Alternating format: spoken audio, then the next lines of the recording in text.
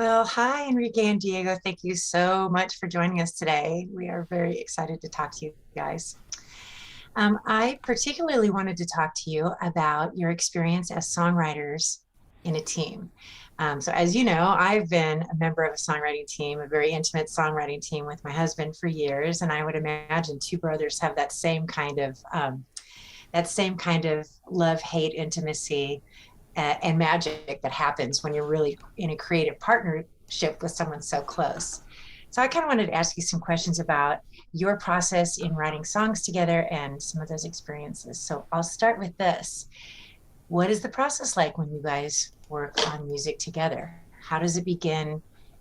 Does one person write lyrics or work and one person write music, or what's the genesis? Where does it start? Well, Enrique has always been the kind of person who can't help but think out loud. So there's I've been subjected to. It's not even can't help. It's like I can only think out loud. I'm silent. My brain is doing nothing. Yeah, it's empty, empty space. So as he's thinking, he has to say it out loud. So I've been able to be a quite literal sounding board for his entire songwriting process. And for whatever reason, I mean, I'm not sure how the kind of like yeah, I've lost words because I wasn't thinking first. And I wasn't able to conjure thoughts. No, but I'm not sure how things why some folks seem to like have that itch to complete songs. Like Diego is like every musician in the world that has a million musical ideas, little melodies, chord movements, things like that, and but doesn't finish a lot of tunes and doesn't seem to need to. I maybe have less musical ideas, but I'm hell bent on finishing tunes. And I don't know, thank God that there's both of those things exist because they're a good balance for each other. So it almost works out like I usually have the skeleton of a song, and within that I have either sometimes it's as basic as a single note guitar riff and then the melody and lyrical concepts, and then Diego comes in to flesh out the other harmonic arrangement, then Juan Carlos comes in to flesh out the rhythmic arrangement, and that's been generally the process. So I come with a skeleton, and the harmonic richness gets kind of filled in by Diego, and then JC fills in rhythm. Now it's not black and white. Right. Sometimes there's definitely a collaboration. Sometimes Diego's helping out with rhythm, and JC brings in a melody. 100% happens too. But if I would say that was probably the standard operating. I've got more questions. So, and I know also, Diego, you do such fantastic harmonies. I mean, you've really got that beautiful high harmony. When you guys are writing harmonies, is that something do you just sit together and sing? Like oftentimes Jeff and I would just sit together, and we wouldn't sit down and actually write out the harmonies, that they just came as we were together singing because we were so used to it. Is that how is it for you guys when you sing together? And you've been doing this your whole lives, right? Since you were kids. Yeah, it's definitely been from more an intuitive place, Okay.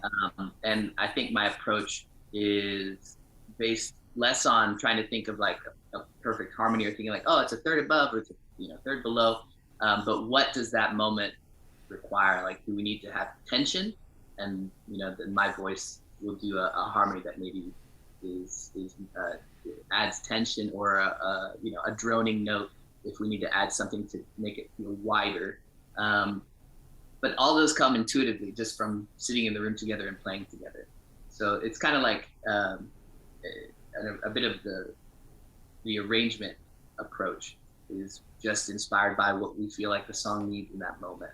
But yeah, we've been doing it for forever. So just as Enrique's singing, we'll just start kind of joining in and see what works, or see what, like every record has kind of a almost like a Rolodex of attempts at different harmonies. Like, oh, let's try one above. Oh, let's try one below. Let's try it.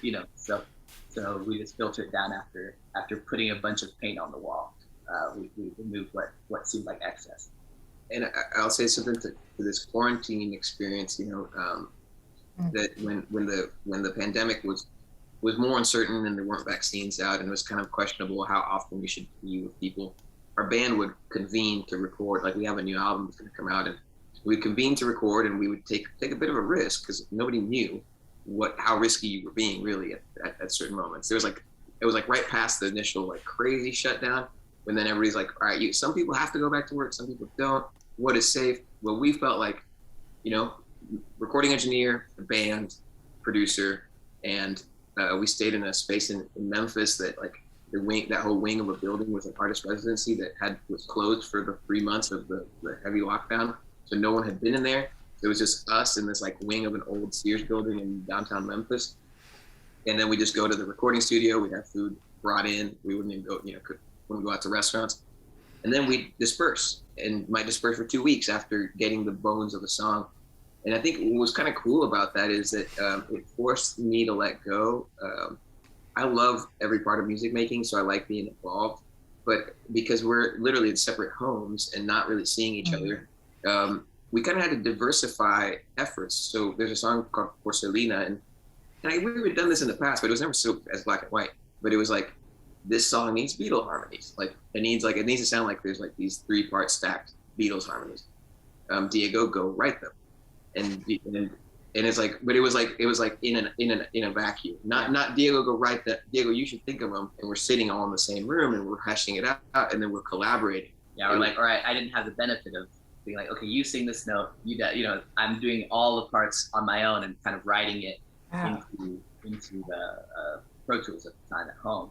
And what was cool is it worked out. You were doing the demo with a slightly broken 57, so it sounded really filtery, and like something was wrong, and it's like we could never beat it. Yeah, we couldn't beat that sound. Like whatever that is, I love it. Gotta have it. Yeah. So you're, if I'm understanding you right, you're saying the pandemic really changed your songwriting, but in some ways you feel like maybe for the better, like you explored some stuff in a way that you wouldn't have done otherwise, right? Because of the pandemic. Showed us where our strengths were and where, how we could, basically it revealed to us the process that we already applied.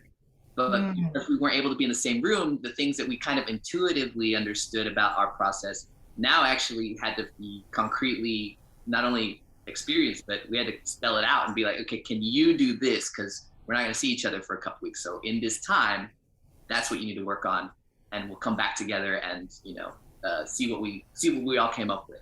That was new. That had never been so clearly defined. Yeah.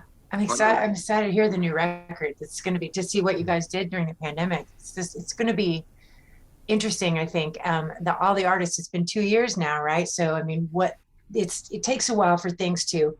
First of all, you have to process what's happening to you, and then for the art to kind of come out of it. It's going to be interesting this year. I think there'll be a lot of new art that's a product of the pandemic.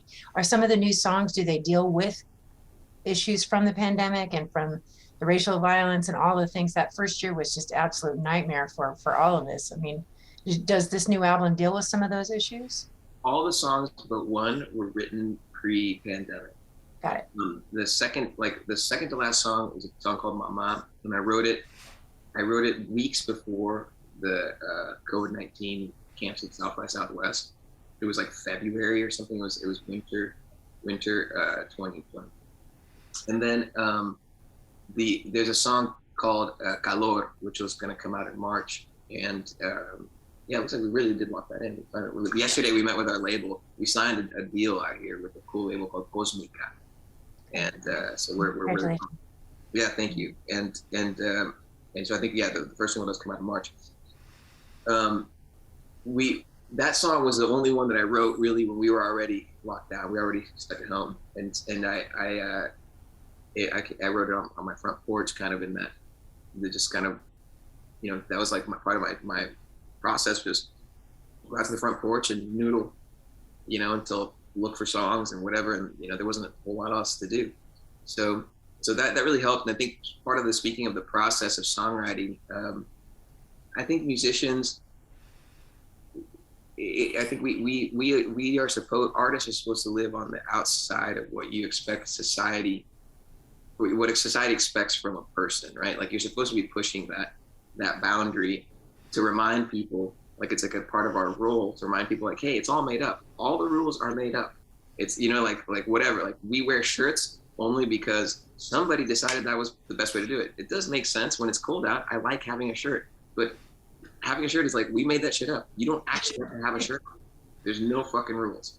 And so artists, but artists like yeah, artists are supposed to like remind you that. But then I think I had confused that role with also eschewing other principles that are just universal, like how to build a good team structure, and how to be a leader, how to let go, like only do what you can do. As like if you're trying to build a software company and you're the CEO, you need to focus heavily on only the skills that you can do. And if you get mucked up into other weeds that maybe other people could do better, and you can't let go of the control, that you're gonna have a really crappy company. You probably won't succeed.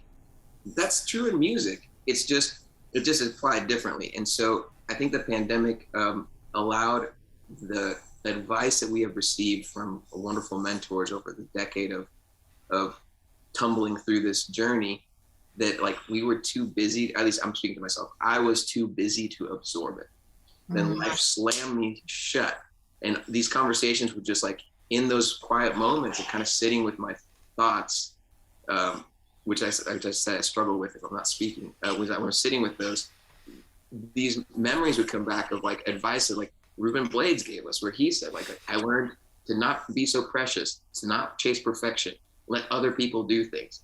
And like when he works with us, he really is, he's like fully committed when he's with us on the project, and then let go. He's like, final mix, sounds pretty good, move on, put it out. Like, wow.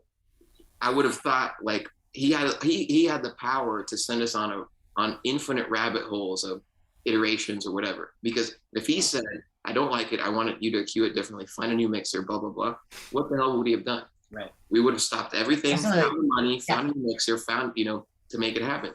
Right. But he understood that doesn't help us and it doesn't help him. He has other projects.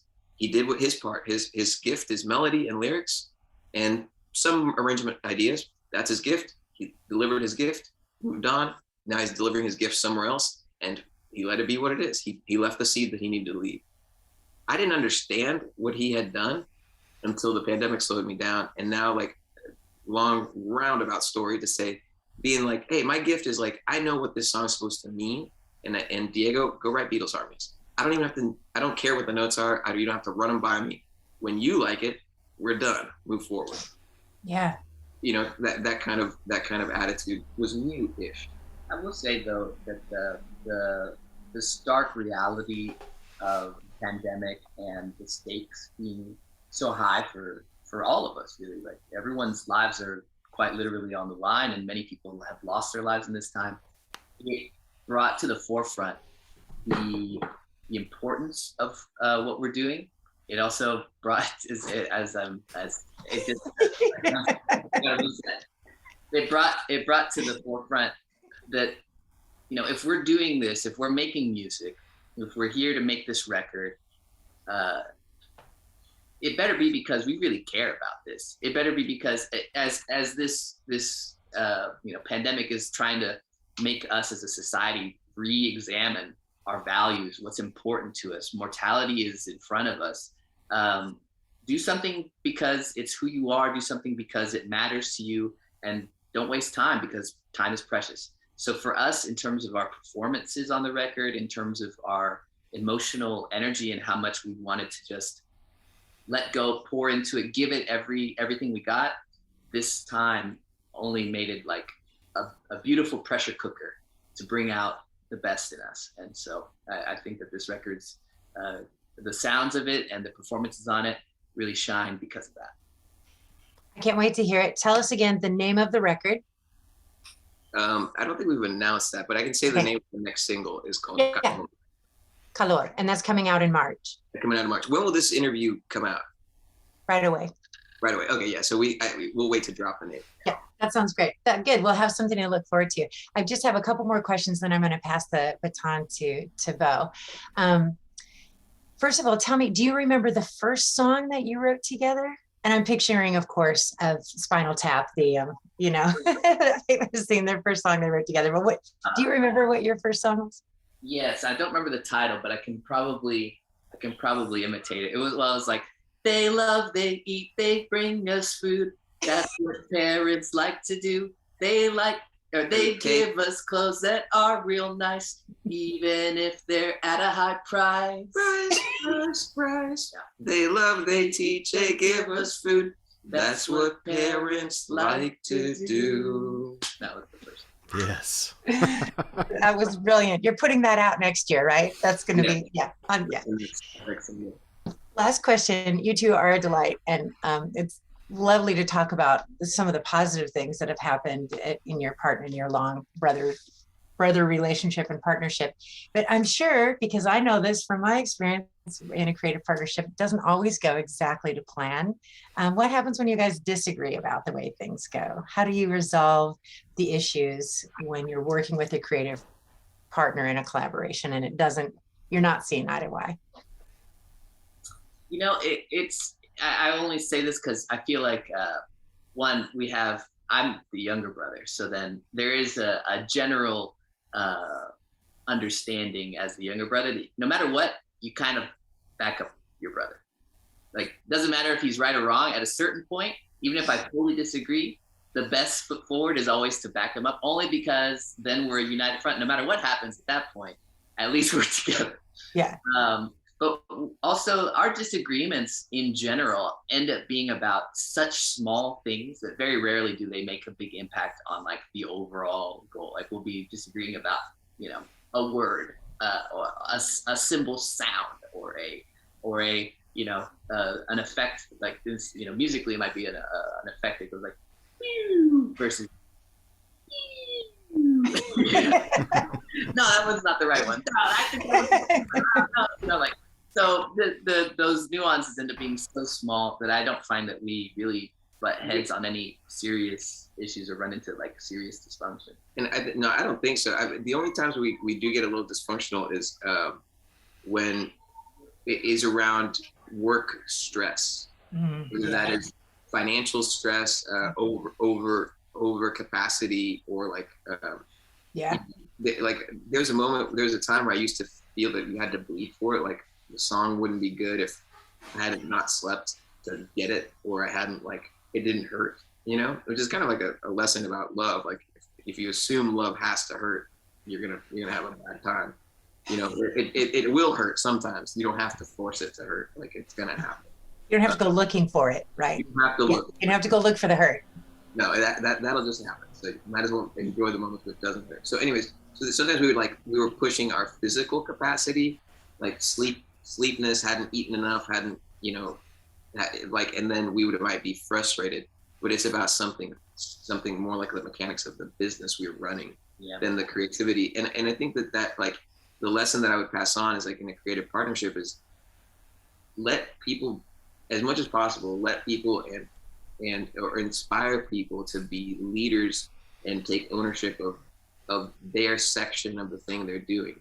And then everybody has fun. Like it's at least this is how I'm trying to lead. I now have a stable of, when I was trying to tell somebody, it's like the amount of people that work on our projects between the not-for-profit, which includes staff, like about 10 folks get paid out of the not-for-profit every month, volunteers and a board. So you're 20, 30 people.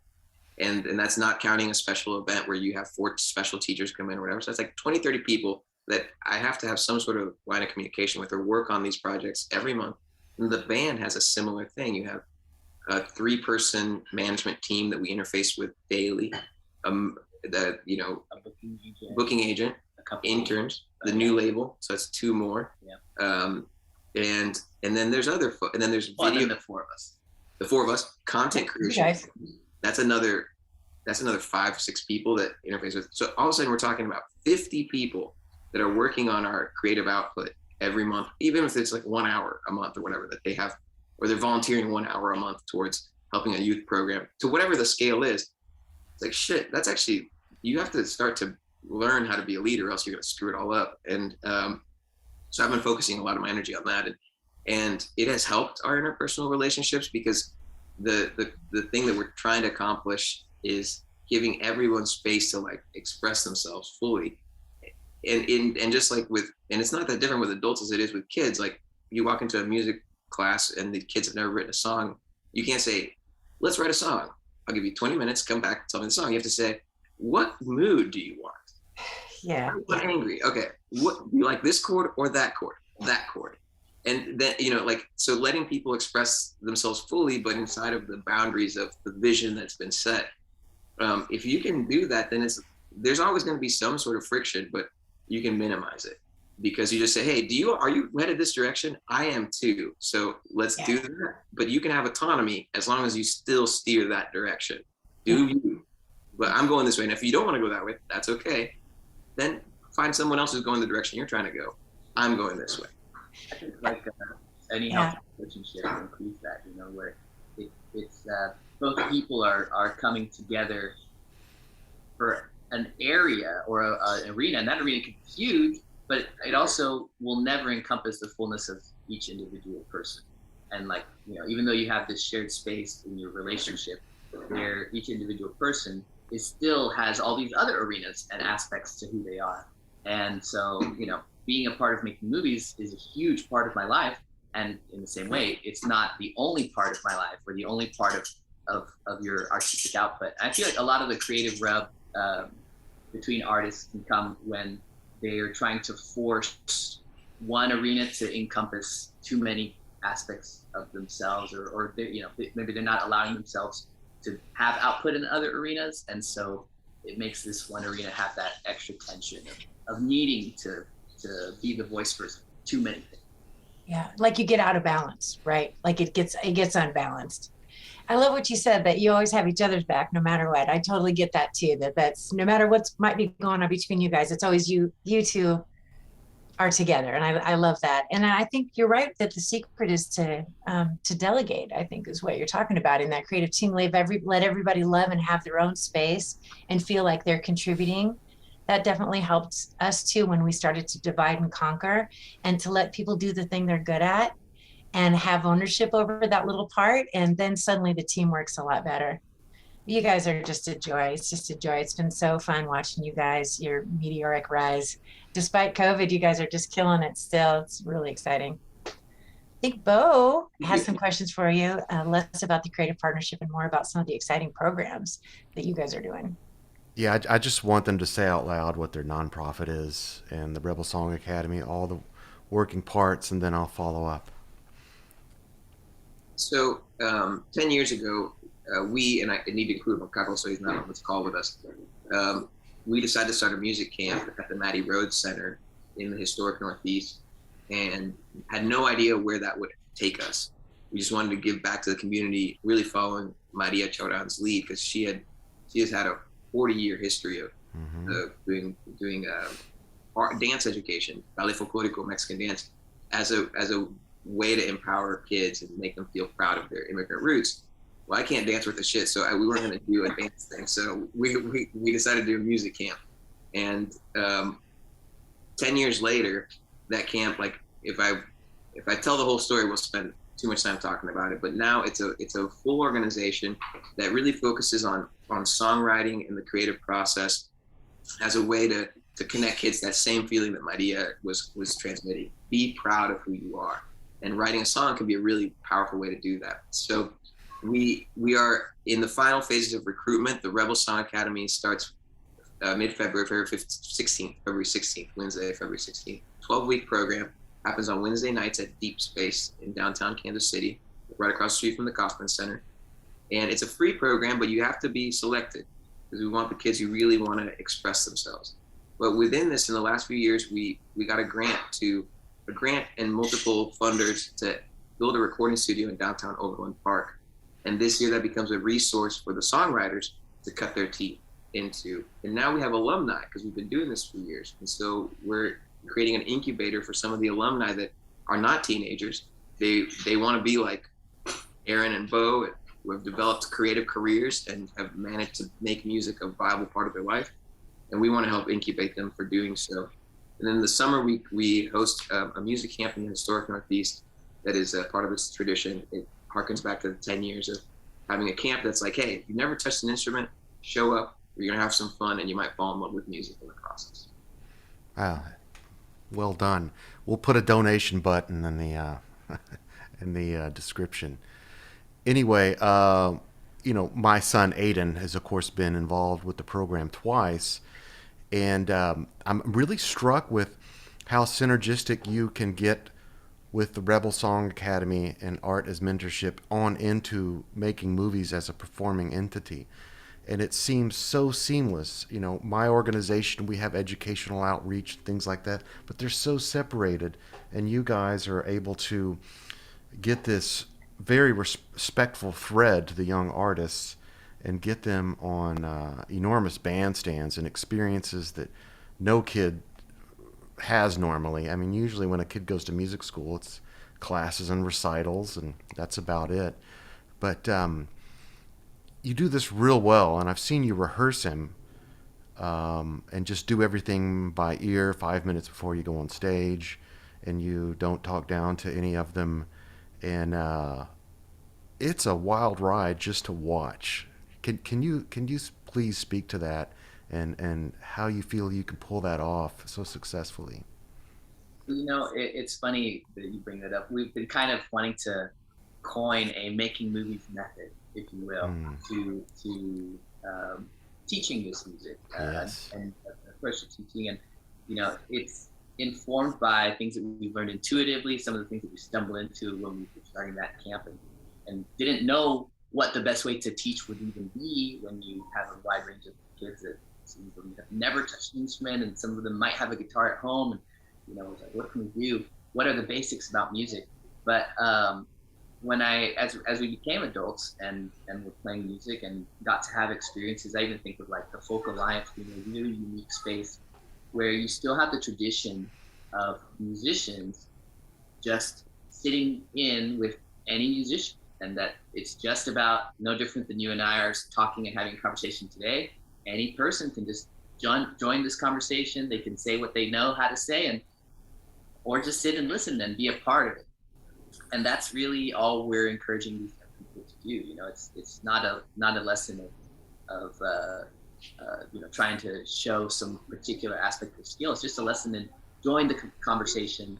It doesn't matter your skill level. Whatever you know how to say, like a child, you're welcome here, and you can just give us what you got. So speaking of children,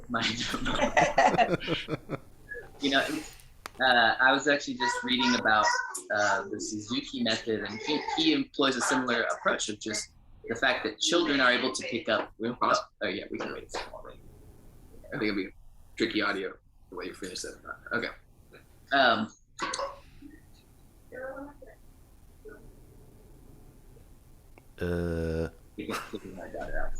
Yeah, we're not. Bye, man. You say we need to see that baby if we can hear it. Yeah. Here. I get it. Here? Oh Yes. my goodness. Oh, hi. Oh man. Hi, sweetheart. How are you today? Say hi. Say hola. Hola. Hola. Hola. No, ¿vas afuera? ¿Vas a jugar? Okay, vaya. So You were saying you were reading an article about this. just kind of hearing about the let's wait for it. Just like with the way a child will intuitively pick up on language, you don't start by teaching the grammar or sentence structure to a 2-year-old.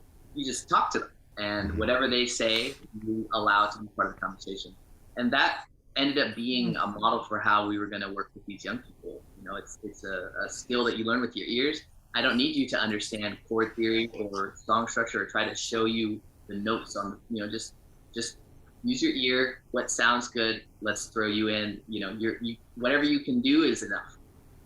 There's definitely people that have created literature about this and have names for these ideas. But I used to make ends meet teaching guitar lessons, and it was actually really fun, fruitful part of my process. And I remembered realizing that you can teach a kid who has got the bug anything.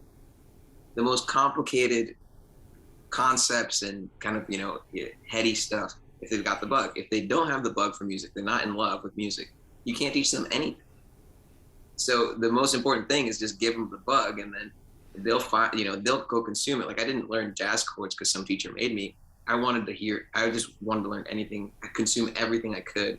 And so I got a Hal Leonard or something like jazz chord book, and I tried to figure out what it said. I probably didn't fully figure it out, but I just was in love. When you're in love with something, you just do everything you can to consume everything you can about it. So that's really what it's the whole programming is about that. And the other like tidbit that I definitely have learned is, like, with young people, if you can talk to them like they're adults, and like they're fully ready for the world, to communicate to the world, and you push them in the deep end. They're like, I've never done this. Is it going to be okay? Yep. Go. Like, you're performing tomorrow, but I've never done any of it. That's okay. Go. Like, I've never really seen it backfire. Maybe it could. Maybe there's some person that kind of pressure would be too much. But, like, in our experience, it has always created like this, like, okay, well, I guess I have to rise to the occasion, and then they do rise to the occasion. And so that's kind of the methodology of the work. That's very powerful to watch. And I've seen this in other societies when you'll kind of have familial dynasties performing music, and the little kids are just sort of pushed out there. And yeah, it's a really underrated way to teach. It's scary sounding, but boy, is it effective. So nice to see. Can you tell me a little bit about Addison and Brandon and some of the amazing people and artists that work in your organization? And also, what are the challenges their generation is facing currently, and things you see them repeating? Like, I remember Addison talking the other day during a meeting about filling up these performing venues and how that's working out financially, and just all the this is probably way too much to unpack here, but yeah. How to succinctly, so the first question we have, our staff in Kansas City is Peter Beatty, he has a project called R.I. Peter. He's a great songwriter. He's played in a couple of bands around town, and he's our program coordinator.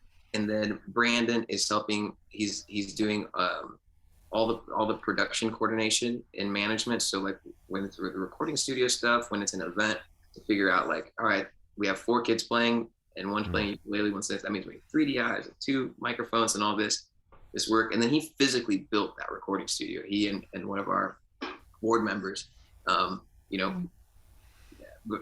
the contractors, stuffed the insulation in, and put the stuff on the wall, like all that work. So he spent about a year physically building a studio, which was really cool experience for all of us to see happen. And then Addie, she's really wicked smart at marketing and talented young person in music, but also just as a person. She's just whatever she would want to choose to do with her life. I'm sure she'd be a dynamite leader in whatever she chooses to go into. She just happens to have chosen music. And so she's helping with a lot of the marketing efforts and developing the organization in that way. And we've built this cool rhythm as an office and as a team.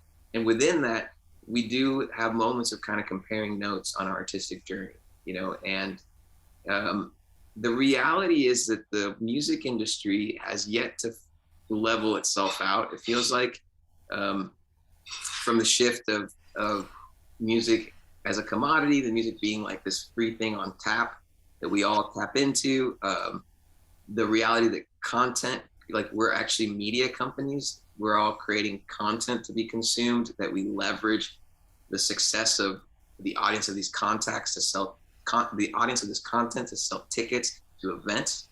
Like, that's actually the business model, and we forget that, and sometimes you make money on the content, but almost never. And I'm throwing albums into content, which makes me sound like a jerk. But as far as, like, if you top down what the business structure currently is, has become, which is not necessarily good. I'm just stating what it is. And so we talk about that, and as we, I just described all these people working on a team, like the dollar that transacts at the venue. Like, we're talking about how many people interact with our little career. Like, we're not a huge artist, and we still need that infrastructure, else the machine doesn't work. That dollar that you spent, if you paid $10 to get into the show, those $10, for example, they do have to help sustain a management company, the content that was made so that concert could be marketed, the album that was made that the album artist is performing, the merchant, like it does get split up in all these different ways. And I feel that as a society, we all hurt from that in some way or another. And that's just, and I don't like hearing artists complain about their stuff, because we are very privileged. We have food and roofs over our heads. We make music. Like just that in and of itself is enough. But when looking at how to create sustainable models, so that music doesn't fall by the wayside of most other commodities, then we need to really recalibrate as a society, I think, the value that we place on music, and start to separate it more from the capitalistic ideal of music music's value is directly correlated to how much revenue can be generated from it. That's foolish to do that. Just like healthcare, like music is such a part of society. Like if the only reason why you fix someone's ailment is because you can profit from it, that you're going to end up far enough down that line, you get to where we are. And music has fallen that same path, and we're at that same place as we have big pharmaceutical companies, and we have a lot of people sick. We're music followed that same trajectory. It just doesn't affect people's life or death in as tangible of a way. But I would argue in as profound of a way, it does affect people's life or death. Well, it certainly doesn't feel that way at any of your events. I'll tell you that. Or in any of the interactions I've had with your organization. It's kind of amazing. It's a beautiful culture you've made. I think one of the visions is also to take advantage of dollars that are spent for the arts and funnel them to artists that wouldn't always be seen as the kind of recipients you would expect from those kind of high foundation dollars. And actually even having artists like the Greeting Committee be part of the staff of Artist Mentorship is within that vision, as much as it is for a young student that is just beginning their career, receiving the resources to make music and to put out their music or get advice from experts. We're using foundation dollars to be able to do that. That model, I think, is part of how we can remedy the situation. But at the moment, it just feels like all Artist Mentorship is doing is creating a bit of a stopgap, creating an additional revenue source for artists and future artists to tap into. May I ask you, what's your long-term vision for Artist Mentorship or Rebel Song Academy or making movies world? What's the long-term vision at this point? Where do you hope to go? For making movies is more simple. I just continue. It's actually building up a business that can sustain families and things like that. Because as you age, you're no longer going to be the couch surfing and crowd surfing punk kid. Like you eventually have to pay bills. Like it hits all of us.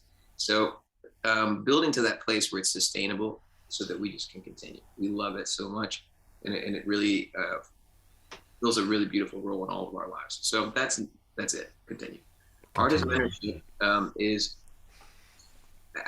we're talking to an organization in Topeka. We're gonna put the Rebel Song Academy into the Boys and Girls Club there, and then we've learned how to do virtual meetup points. So like we had like a Zoom call with Martin Kierzenbaum, who actually splits his time in Kansas City because he married a woman from Kansas City, but he manages Sting and Shaggy and a bunch of other folks. And, he showed up on a Zoom call, and we had our alumni and some students asking him questions about their careers, what they do next. Well, cool. Well, if there's Rebel Song Academies happening in multiple sites, and it's a little modular piece. You don't need much equipment. You just need a really talented artist and a facilitator that want to do something for the community and would take a paycheck. which is not that hard to find. But talented artists that'll take a paycheck to do something related to music, usually you can find that. And then you can impact kids, and it's really fun. So I envision a future where there's lots of sites of this kind of little songwriting communities popping up, and then they convene in virtual spaces when we have the chance to snag a great leader like Martin, or the producer, guitar player in Black Pumas, or whatever, whoever it is that we've had on these Zoom calls. Well, let's have people from all these different songwriting communities get to tap into this resource. It's efficient. It doesn't cost us more money to host the class, and we can tap into more communities that way. And then all of that would celebrate in September in Kansas City at a festival that we're launching this year called Celebrate Americana, where we'll curate music based on this mission of remembering that how diverse our American music history really is. Would that be replacing the Crossroads event that you did last year? Yeah, the Crossroads event, that was the prototype, like the practice run. And so that block party thing that happened in the afternoon would just be the afternoon programming, and then the gates open and we have headliners inside the Crossroads venue. And then there'd be some cross-pollination where we will ask some headliners to come out and play with students or on the outdoor stage, and then have a few students that get selected to get on the main stage and play with a headliner. Any encouraging words for all the songwriters out in the Heartland Song Network membership? Oh, keep writing, and that early on, like long time ago, when we were hustlers. So what's up, Baden? Hello. Good to see you. You too. To see you. Yeah. I had some great reviews of the show, by the way, Aiden. People said real nice stuff. What? Said it got really good reviews from your show.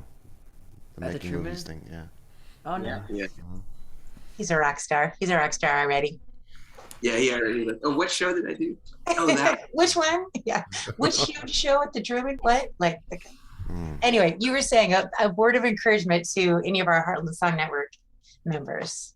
Songs really do matter. They're so important. And I remember somebody asked me, like, well, I think Making Movies had just like gotten to the place where we could fill up the record bars, the old record bar or something like that. So like, well, what was it? And I it was very tangible for me, because I had put flyers on cars, and I had given out CDs, and I had blah, blah, blah, blah, blah. And like, couldn't get anybody to come see us play.